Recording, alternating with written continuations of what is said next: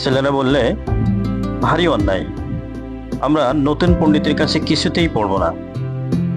নতুন পণ্ডিত মশাই যিনি আসছেন তার নাম কালীকুমার তর্কালঙ্কার। ছুটির পরে ছেলেরা রেলগাড়িতে যে যার বাড়ি থেকে ফিরে আসছে স্কুলে। ওদের মধ্যে একজন রসিক ছেলে কালো কুমড়োর বলিদান বলে একটা ছড়া বানিয়েছে। সেইটি সকলে মিলে চিৎকার শব্দে আওড়াচ্ছে। এমন সময় আড়খোলা স্টেশন থেকে গাড়িতে উঠলেন একজন বুড়ো ভদ্রলোক। সঙ্গে আছে তার কাঁথায় মোড়া বিছানা, ঢাকনা দিয়ে মুখ বন্ধ করা 2-3টে হাঁড়ি, একটি টিনের ট্রাঙ্ক আর কিছু পুটুলি।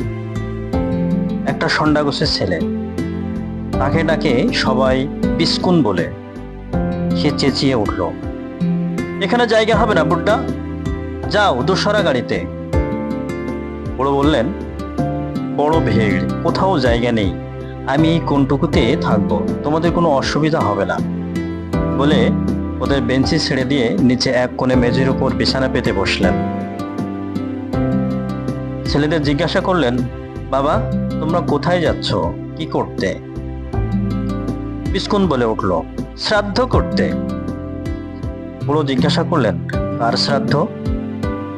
উত্তরে শুনলেন, কালো কুমড়োর টাটকা লঙ্কার।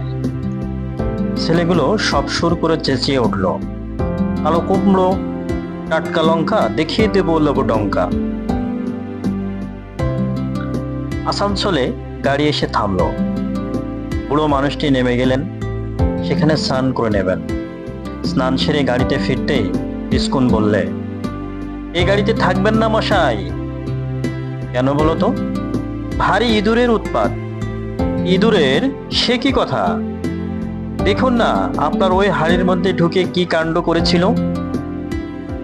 ভদ্রলোক দেখলেন তার যে হাড়িতে কদমা ছিল সে হাড়ি ফাঁকা, আর যেটাতে ছিল খৈশর তার একটা দানাও বাকি নেই। বিস্কুন বললে, আর আপনার ন্যাকড়াতে কি একটা বাধা ছিল, সেটা শুদ্ধ নিয়ে দৌড় দিয়েছে। সেটাতে ছিল ওর বাগানের গুটি পাশে পাকা আম। ভদ্রলোক একটু হেসে বললেন, আহা, ইঁদুরের অত্যন্ত খিদে পেয়েছে দেখছি। বিস্কুন বললে, না না, ও যাত্রাই ওরকম, খিদে না পেলেও খায়। ছেলেগুলো চিৎকার করে হেসে উঠল, বললে, হা মশাই, আরো থাকলে আরো খেত।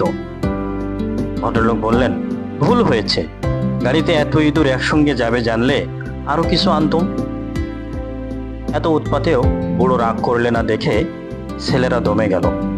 রাগলে মজা হতো। বর্ধমানে এসে গাড়ি থামলো।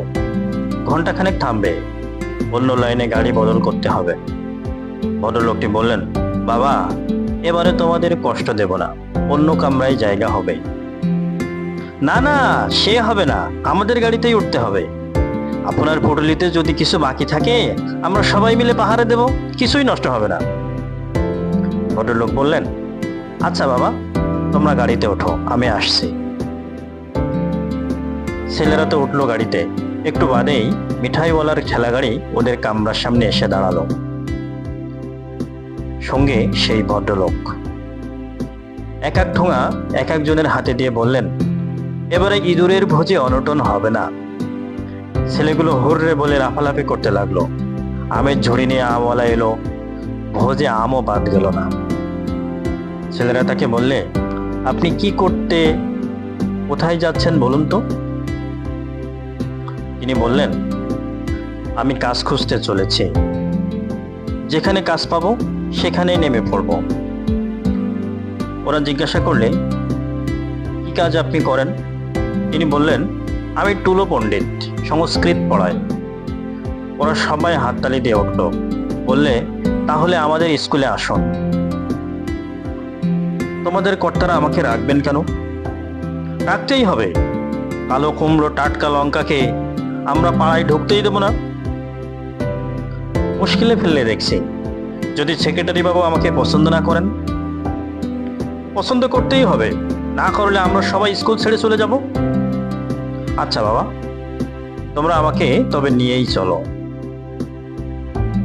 গাড়ি এসে পৌঁছলো স্টেশনে। সেখানে স্বয়ং সেক্রেটারি বাবু উপস্থিত। বৃদ্ধ লোকটিকে দেখে বললেন, আসুন আসুন তর্কালঙ্কার মশাই, আপনার বাসা প্রস্তুত আছে বলে পায়ে ধুলো নিয়ে প্রণাম করলেন।